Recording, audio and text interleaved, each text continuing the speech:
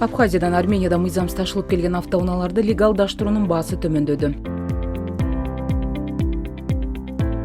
Министрлик кабинетинин төрагасы Адылбек Касымалиев кол койгон токтомго ылайык кыймылдаткычынын көлөмү 2 литрге чейинки машиналардын ээлери 50 000 сом, 2 литрден жогору болгондор 100 000 сом төлөйт.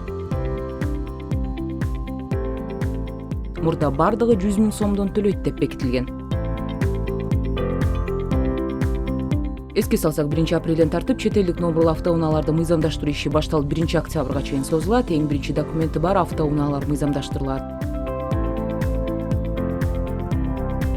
Ал эми экинчи этапта документи жок, бирок техникалык абалы талаптарга жооп берген унаалар каттоого алынат. Мындан башка документи жок автоунааларды башка максатта пайдаланууга, ошол эле тетик катары сатууга өлкөдөн чыгарып кетүүгө мүмкүнчүлүк берилет.